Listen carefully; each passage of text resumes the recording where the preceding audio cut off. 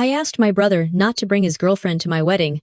Then she arrived in a gold dress and made everyone watch her. My brother Alex had this girlfriend named Louise, and she could not stand being out of the spotlight for even 5 minutes. At every family dinner, every party, every ordinary gathering, she always found a way to make everything revolve around her.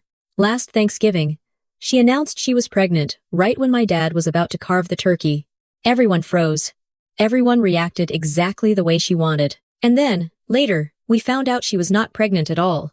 She had only said it because she wanted to see everyone's reaction. So, when I was planning my wedding with my fiancé, Ryan, I knew I had to deal with the Louise problem before it ruined the most important day of my life. This was supposed to be my day. It was supposed to be the one day that was about Ryan and me starting our life together. About 3 months before the wedding, I called Alex. "Hey, about the wedding," I started. "I need to ask you something kind of awkward." "What's up?" he said, and I could hear him eating cereal in the background. I took a breath and said it. "I really do not want Louise to come." The chewing stopped. "I know that sounds harsh," I continued, "but she always turns everything into drama about herself, and I do not want that stress on my wedding day." The line went silent for about 10 seconds. Then, Alex exploded. "Are you seriously telling me this now? Are you uninviting my girlfriend from your wedding?" "I am not uninviting her," I said, trying to stay calm, "because she was never invited in the first place. The invitation was just for you." "That is the same thing," he snapped. "We have been together for 2 years. She is practically family already." I tried to explain that it was not personal. I told him I just wanted one drama-free day, but Alex would not accept it. He told me that if Louise could not come, then he would not come either. I told him that was his decision, hoping he would change his mind. He did not. And then my wedding day arrived. I was in the bridal suite getting my makeup done when my cousin Madison burst through the door, almost running.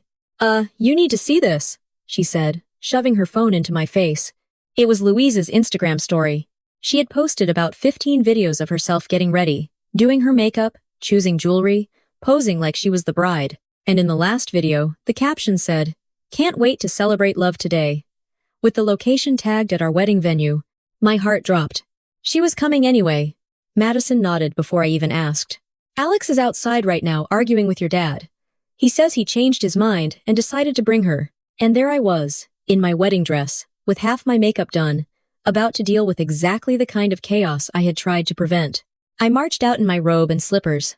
I found Alex near the venue entrance, arguing quietly with Dad. But my brother looked strange. He looked nervous. Nothing like the confident Alex I knew. "Alex, what is going on here?" I asked directly. No soft opening. No beating around the bush. He turned toward me, and for the first time, I noticed the dark circles under his eyes. He looked exhausted. "Look, Sarah," he said.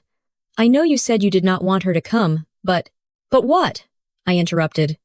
"You promised me you would respect my decision." Dad stepped closer and put a hand on my shoulder. "Sweetheart, maybe we should talk about this after the ceremony." "No, Dad," I said firmly. "We talk about it now. This is my wedding day, and I am not starting it with lies." Alex sighed deeply and ran a hand through his hair. "Sarah, there are things you do not know about Louise, things that I cannot tell you." "What kind of things?" I asked, crossing my arms. My brother looked around nervously, as if he was afraid someone else would hear. "Last night, when I told her we were not coming to the wedding, she threatened to hurt herself." I felt like I had been punched in the stomach. "What do you mean, hurt herself?" she said. "If I humiliated her like that, if I made her look like a fool in front of everyone, because she had already been bragging about the wedding on social media, Alex swallowed hard. "She said she would cut her wrists." Dad and I stood there in silence. I could not believe what I was hearing. "Alex," I finally said, "that is psychological manipulation." "I know," he exploded. "Do you think I do not know? But what am I supposed to do? Risk something happening to her?" I stared at him. My brother, the one who had always seemed stronger than me, looked completely defeated. "When did this start?" I asked. "What?" "The threats, Alex. When did Louise start threatening you?" He looked away. "They are not just threats, Sarah. Last week, I found sleeping pills scattered all over her bed. She said it had been an accident, but it was not."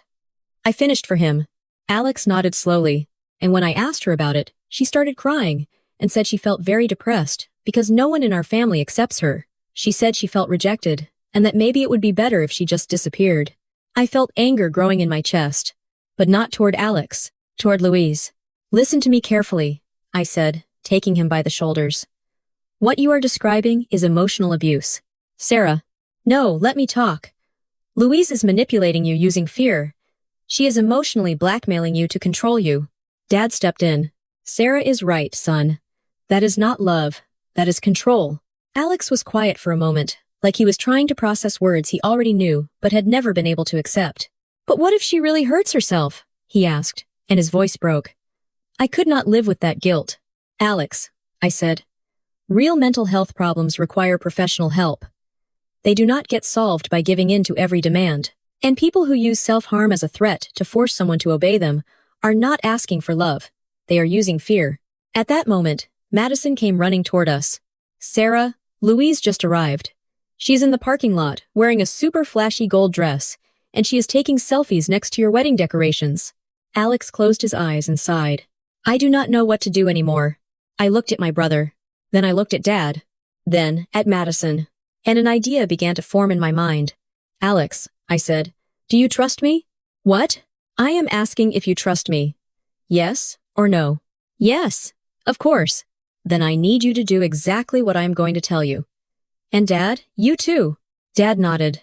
Whatever you need, daughter. First, Alex, you are going to go to Louise and tell her she can stay for the ceremony. But after the reception, you have to leave early because you have a work emergency. But I do not have any emergency. You are going to have one, I said. Then I turned to Dad. Dad, do you know anyone who works in private investigation? Dad frowned. Yes, I have a contact. Why? Because I suspect Louise is not who she says she is. And if I am right, we need proof. Madison looked at me curiously. What kind of proof? The kind of proof that shows Alex all of this has been an act from the beginning. Alex looked at me with a strange expression. Sarah, do you really think— Alex, think about it. In 2 years, have you ever met any of Louise's friends? Her family? Anyone from her work? My brother stood there thinking. Now that you mention it, he said slowly. She always says her family lives very far away, and her friends are too busy to socialize. And her work. She says she works from home for a digital marketing company. Have you ever seen any evidence of that work? I asked. Alex frowned. He did not respond immediately. He just looked at the ground, like he did not know whether to defend her or accept what was sitting right in front of him. Never, he finally said. She says her clients are private, and she cannot show anything because of contracts. I did not say anything. I just looked at him. His silence said more than any defense could have. Dad took out his phone.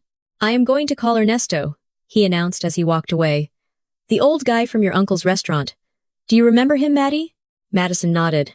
Dad made the call from the car. He came back a few minutes later with a serious face. He is going to start today. He wants everything. Name, social media, anything we have. I will do it, Madison said immediately. Louise never shuts up. I just have to approach her and ask what she wants to hear. Exactly, I told her. Compliment her dress. Ask her about her work, her family, anything. Get her to talk about herself. What for? To record the conversation, I said, taking out my phone. Something tells me Louise is going to contradict herself. Compulsive liars always do. Alex looked increasingly uncomfortable. This is not right. She is my girlfriend. And this is my wedding, I reminded him. The ceremony started shortly after that. For a while, everything was going well. Then Louise appeared in the front row wearing a gold dress so shiny it looked like metallic paper. And she was crying. Loudly. At first, I thought she was faking it. Then she started sobbing, right when Ryan and I were exchanging vows. It is so beautiful, she said out loud. Everyone turned. Alex looked at her in horror. I looked at her with rage. I wanted to ignore her. I forced myself to keep going. I finished my vows with a firm voice. But every word I said felt like one step closer to something inevitable. She had come to ruin it. And she was not going to stop. At the reception, Madison went into action. She approached Louise with a champagne glass and a bright smile. You look radiant. Is that dress new? I ordered it from Miami, Louise said, delighted to talk. Alex helped pay for it. He always supports me. Madison had her phone recording inside her jacket. And your work? Madison asked. Are you still doing digital marketing? Yes, of course. Now I have a Canadian cosmetics account, but I cannot give names. A few minutes later, at another table, Louise said she worked for a Mexican company. When someone asked about her mother, she said her mother lived in Switzerland. Madison told me that before that, Louise had said Argentina. 3 different versions in half an hour. That night, I showed the audio clips to Dad. His fingers tensed around the phone. "This is getting serious," he said. Louise was still on the dance floor, laughing. Alex watched her, as if he no longer knew who he was looking at. At one point, I went to the bathroom. Louise was there, touching up her makeup. She turned when she saw me. "Sarah," she said softly, "I am sorry about before. I got emotional." "It is okay," I responded, without expression. "Are you upset with me?" I looked at her. Her smile was all surface. "Not yet." When I came out, I noticed her reflection in the mirror. It was no longer smiling. It was alert, like she had heard something behind a door. Louise looked at me for one more second, then went back to applying lip gloss as if nothing had happened. I left the bathroom without turning around. Back at the reception, Madison intercepted me with an intense expression. "I have 6 minutes recorded. Contradictions. Everywhere. Work, family, even the story of how she met Alex. At one table, she said it was at a bookstore. At another, she said it was at a birthday party. Send me everything," I said. Dad already sent the earlier stuff to the investigator. The party continued around me, but I was not really there anymore. I smiled for photos. I cut the cake. I toasted. I moved on autopilot. Meanwhile, Louise kept moving among the guests, like a bee in someone else's flowers, unaware of the smoke she was leaving behind. I noticed the way some people started looking at her strangely. "Even so," she continued. "The next morning, Dad called me early. Ernesto found some things fast," he said. He started with the basics. The full name Alex gave him does not appear on any payroll of the company she says she represents. "And there is more," Dad continued. "Her social media only exists from 3 years ago. Everything earlier was deleted, or it never existed." I was walking around my kitchen with the phone in my hand, still with yesterday's makeup barely erased. "What does that mean?" "It means there is something she does not want us to know about her past." "Do you have more recordings?" "Madison's?" I said. "I am sending them to you now." I hung up and, on impulse, called Alex. He answered in a low, muted voice. "Is something wrong?" he asked, even though he already knew. "Alex, tell me something. How old is Louise?" There was silence. "Arshati? I think yesterday she told one of my aunts she was 29.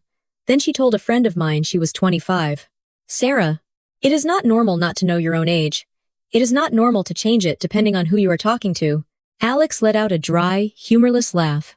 "Maybe she made a mistake." "Did she also make a mistake when she said she knew our mother?" "What?" "She told 3 different people, 3 different versions about our family. She said, Mom adores her. Then she said she had never seen her. Then she said, you two already live together. Do you know what she posted on Instagram today?" Alex did not answer. She wrote, "Thank you for welcoming me as one more in the family." As if my wedding had been for her. Alex stayed silent. I could hear his breathing. For the first time in a long time, he was really listening. "Dad says there is more," I told him. "Ernesto is verifying her legal name. Apparently, she has used other aliases." "Did you know anything about that?" "No." "Alex, have you ever seen her ID?" "No." "And you never found that strange?" "Sarah, I was in love. I did not think about that." "And now?" He took his time before answering. "Now I am afraid to think about what I am going to discover." Then he hung up. That night, Dad called me again. This time, his voice was even more serious. "Sarah." Ernesto found more concerning things. "Nothing criminal yet, but serious." "What things?" "A lawsuit for breach of lease contract. Another for improper use of a credit card. Both in another state, under a different surname. The photos match. It is her, just with a different hair color." My throat tightened. "And Alex?" "He still does not want to hear everything. He says he wants to verify it himself. But listen to this. According to Ernesto, there are records of a restraining order from 4 years ago from a family that accused her of threats and trespassing. Is the order still active?" "No. It expired, but it remains in the files." I leaned against the kitchen wall. For the first time, I felt a real knot in my stomach. This was not just about Alex anymore. It was about all of us. "What do we do now?" I asked. "We wait. We gather everything. And if necessary, we confront her." Louise posted another story that same night. A boomerang of her toasting with Alex, with a romantic song playing in the background. But in the video, Alex was not smiling. His face was turned slightly to the side. His gaze was absent. He had started to notice what we already knew. The story he was living was not real. Alex began to understand that nothing around him was really as he believed. Not the stories. Not the gestures. Not even the love he thought he had built. And although he did not say a word, his silence began to crack. The day after the wedding, Ernesto asked to speak directly with me. I met him at a downtown cafe. He brought a folder, but he did not need to open it for me to know that whatever was coming was not going to be good. Your brother is tangled up with someone dangerous, Sarah, he said without hesitation. What did you find? 3 ex-partners, 2 men and 1 woman, all with the same pattern. Fast, intense relationships, then threats, emotional blackmail, and in one case, a supposed medical emergency invented to keep them from leaving her. I leaned back in my chair. Have you talked to them? Yes. I contacted one, Tomas. He lives in another state. As soon as I mentioned the name Louise, or rather Rebecca V., which is how he knew her, he asked me never to mention her again. He told me he was in therapy for a year after getting out of that relationship. He said she faked being pregnant to keep him. I had to squeeze my hands on my knees to keep from trembling. And the woman? Similar story. Emotional manipulation, suicide threats, constant crying, social isolation. She convinced her to move in together and then left her in debt. I felt nauseous. Not just because of the details. Because I could picture Alex trapped in the same hell. Does she always present herself as Louise? Ernesto shook his head. Rebecca V., Reeb, even Isa on a forum where we tracked her with help from a cybersecurity contact. It seems she adopts names according to the environment. Always different versions of herself. What about her family? Nobody wants to talk. I found an address linked to her legal name. An older woman answered the door. She did not identify herself, but when I mentioned Louise, she slammed the door shut. According to records, she is her mother. There is a restraining order issued in that same city 3 years ago. The mother got a restraining order against her? Yes. She accused her of threats, attempted assault, and property damage. In the record, there is something I want to show you. He opened the folder and slid a copy of a document across the table. There was a statement from the mother. It said, "My daughter has invented pregnancies, illnesses, and threats to manipulate those around her. I fear for my safety, and that of others." I could not read anymore. Does Alex know this? Not everything. I showed him the basics. I offered to let him talk to Tomas directly. He has not responded. Do you think he is in danger? Not physical, at least not in the obvious way. But he is under a kind of violence that does not leave bruises, and that makes it harder to see. I thanked him for the information, and left the cafe with my heart pounding. I called Alex. He took his time answering. What is wrong now? He asked, his voice rough and tired. Louise is not who she says she is. You already told me that, Sarah. But that does not help me. It does not tell me what to do with her, or how. You can start by talking to one of her victims. Silence. Tomas wants to tell you his story. Are you going to run away from that too? He sig-hid, for a long time. Give me the number. I hung up without saying more. A few hours later, Madison wrote to me. She had been reviewing old profiles and found something strange. An old photo on a forgotten blog showed Louise, or someone identical to her, under another name at a party, kissing an older man. In the comments, someone had written, "Happy 3 months, Daddy." The date matched the same period when she supposedly met Alex. The image was deleted now, but Madison had saved it. I sent everything to Ernesto. That night, I sat with Dad in the living room. We did not say much. We just watched in silence, as Alex's phone stayed inactive. What if it is too late? I asked quietly. Dad shook his head. As long as he is alive, it is never too late to open your eyes. Alex had his eyes open, but they no longer looked the same. Ernesto confirmed that he had spoken with him. Tomas had told Alex everything in a tense long call. Alex had not said much, but he had not hung up. He listened, and at that point, listening was a crack in Louise's wall.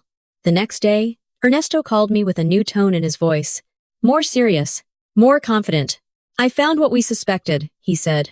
Louise does not work in digital marketing. There is no contract, no trace, no company that has her on payroll. Not as an employee, not as a freelancer, not as an external collaborator. Then what does she live on? Here comes the interesting part.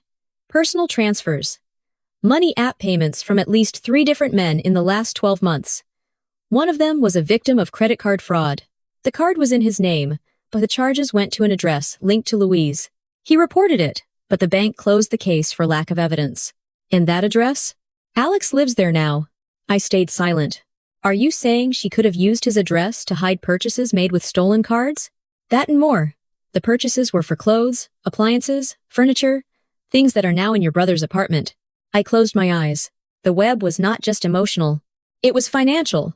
And Alex, without knowing it, was part of the mechanism and the debt. She has 2 active lawsuits in other states for failure to pay, Ernesto continued. One of them includes an amount over $8,000.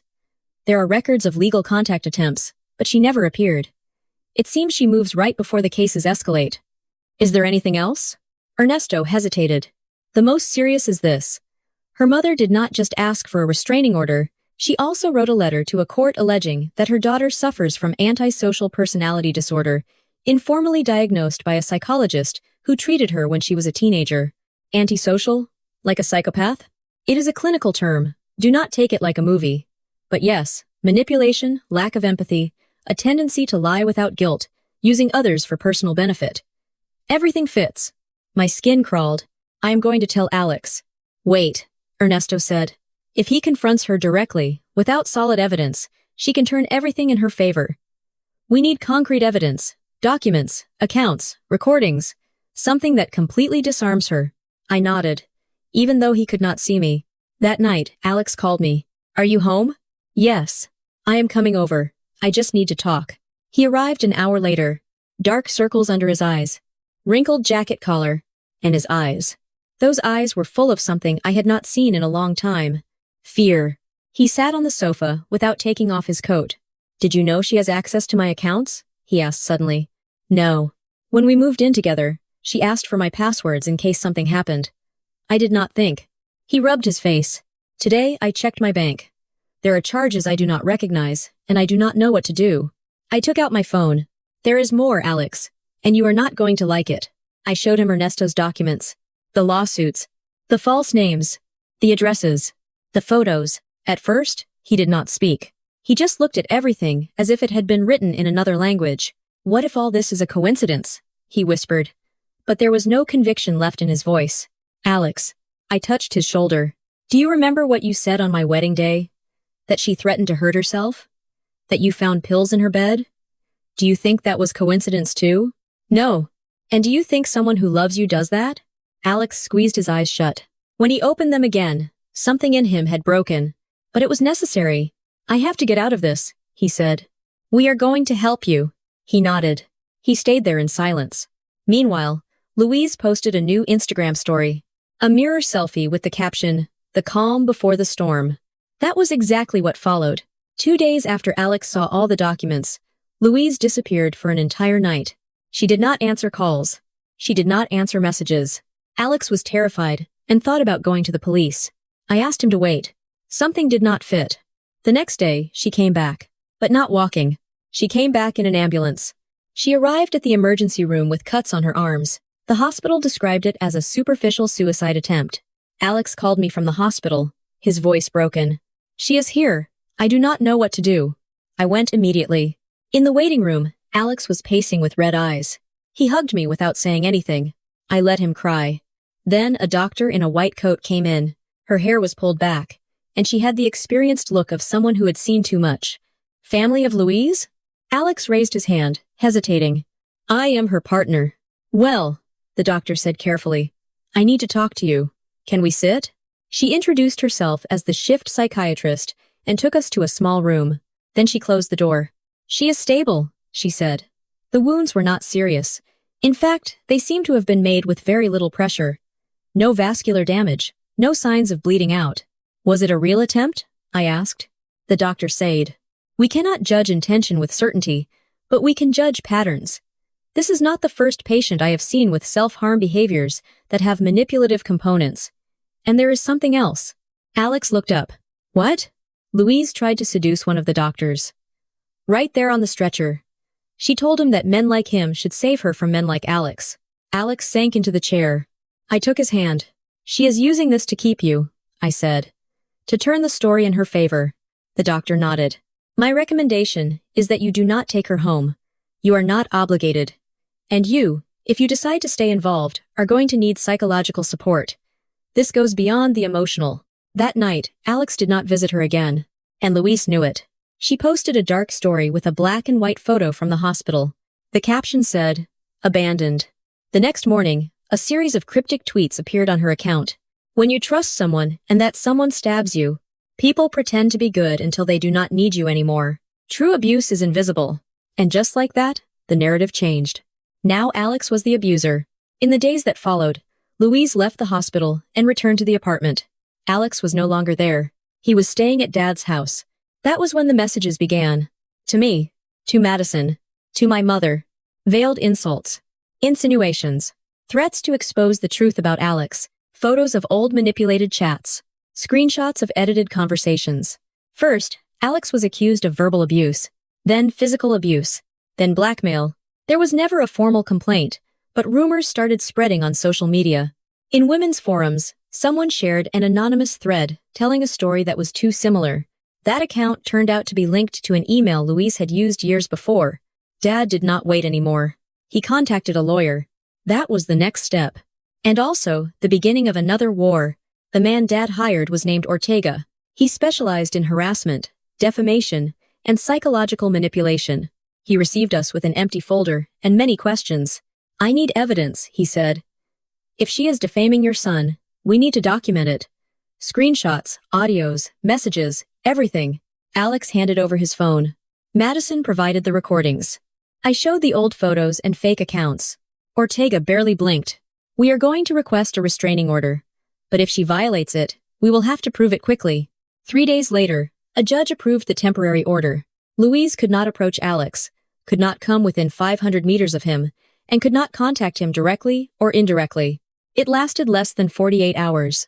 The same day she was notified of the order, she appeared in front of Dad's house crying. When no one opened the door, she left an envelope on the doorstep. Inside was a handwritten letter, full of phrases that made no sense. "I do not know who I am without you. If you leave me, I die. Everyone is against me." Along with the letter was a bracelet Alex had given her months earlier. It was broken in two. The letter was enough to violate the order. Ortega delivered it to the court. But Louise did not stop. She created a fake profile on social media, pretending to be an ex-partner of Alex. The profile claimed that Alex had hit her, that the family covered it up, and that she had reported him before, but no one listened. The profile was reported and closed. But another appeared days later. Then another. And another. And she was not alone. There were people who followed her. People who believed her story. Some even wrote threats to Alex's work. One of his bosses asked for explanations. Alex had to take leave. Dad was furious. Madison cried that night. I just felt an icy cold that would not go away. It was as if Louise had opened the door to a world where truth no longer mattered. Ortega gathered us all and was clear. "We are not dealing with a scorned ex-partner," he said. "This woman operates with method. She is manipulative, digitally savvy, and dangerous. We are going to need more than evidence. We need time and pressure. And if she does not stop?" Alex asked, already at the edge. "Then she falls on her own," Ortega said. "But first, she will try to take everyone down with her." Louise did not respond to boundaries. Court orders were suggestions. Rejections were invitations. And silence, to her, was the most violent weapon of all. When Alex stopped answering her, Louise unleashed an offensive that transformed shame into fury and manipulation into punishment. The morning after the lawyer's warning, we woke up to a mass email. The subject line said, "So you can meet the real Alex." It had been sent to colleagues, distant relatives, and even the institutional email of the company where Alex worked. The content was full of altered screenshots, edited messages, and audio fragments taken out of context. Along with them was a long text where Louise narrated a supposed story of psychological abuse. The structure of the message was professional, almost clinical. She used terms like covert narcissist, cycle of abuse, and systematic isolation. Madison ran into my room, pale. My ex-boss wrote to me. She said he got the email. How did Louise get all those contacts? Alex used the same email for everything, I said. She had access. Dad called the lawyer immediately. There is no way to reverse reputational damage instantly, Ortega said, with the cruel calm of someone who had seen this before. But we can file a formal complaint for defamation, digital harassment, and violation of the court order. Will that be enough to stop her? I asked. No. But it can put her against the wall. Louise did not stop. She began commenting on family members' posts using fake profiles. She pretended to be other women. She said she knew Alex. She said she had evidence. She said there was a family cover-up network. My uncle's cafe Instagram account received a 1-star review with the phrase, "They support abusers." My mother's WhatsApp rang with anonymous messages. "You should be ashamed." One afternoon, Mom broke down. "I cannot do this anymore," she said. "This woman is infecting everything. I cannot even look at my phone without feeling like she is inside my house." Alex did not talk much. He got up late. He ate little. He slept even less. Ortega filed the complaint. In parallel, Ernesto kept searching. One night, he called me with a different voice. More alive. "I have something." "What?" "She is with another man now." "Yes?" "He lives in another district. Same pattern." She convinced him of an intense, fast relationship, and she already has access to his house. "I have photos." He sent them to me. Luis was in a park hugging a man of about 40. In another photo, she was kissing him. The photos had been taken a week earlier. I showed them to Alex. He took his time reacting. "So, while all of this was happening," he said, "she already had another plan." "She always had a plan." Alex stared at the photo for a full minute. Then, without saying a word, he got up and went to the kitchen. I heard him open a box.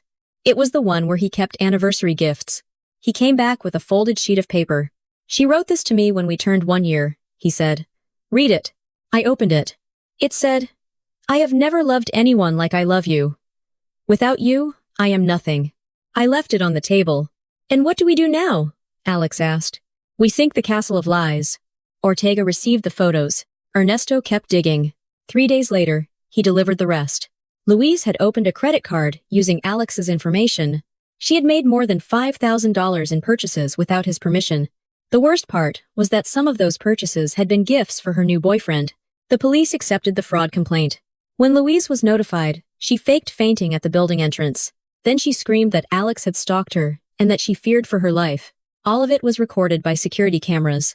Finally, a patrol arrived, and Louise was arrested. She did not scream. She did not cry. She only asked, "Can I touch up my makeup before the photo?" Nobody answered. At the police station, she denied everything. She said she was the victim of a hate campaign. She said Alex's family had persecuted her for being different. She said everything was a lie, but one by one, the evidence accumulated. Thomas, the ex-partner, agreed to testify. The woman who had lived with her agreed too. The previous complaints, the falsified documents, the fake profiles, the purchases made with other people's accounts, the lies about her identity. Piece by piece, the story she had built began to collapse. The prosecutor did not take long to act. Alex was called as a witness, but not as the accused. And that was the first night in months that he slept without leaving the light on.